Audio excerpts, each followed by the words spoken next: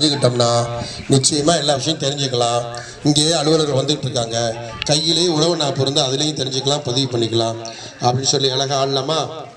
கோடை உழவு செய்திடுவோம், மண் வளத்தை காத்திடுவோம், மழை நீரை சேர்த்திடுவோம், மகசூலை பெருக்கிடுவோம்.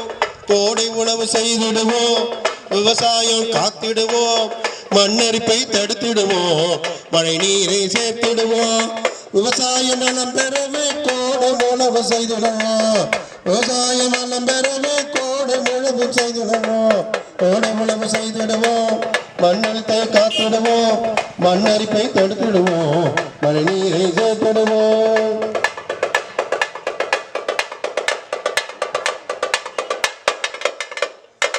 விவசாயம் வளம் பெறவே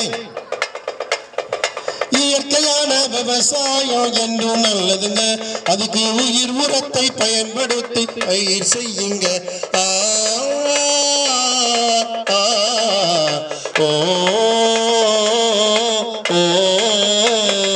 இயற்கையான விவசாயம் என்றும் நல்லதுங்க, அதுக்கு உயிர் உரத்தை பயன்படுத்தி பயிர் செய்யுங்க. உயிர் உரங்கள் நிலம் இருந்தாதான் 6000 தருவாங்க. ஆமா, பெரிய பட்டுப்புட வாங்கி தரேன். விவசாயத்துல உங்களுக்கு கழுத்தை இருக்கிற மாதிரி நேரம் கிடைக்கும்.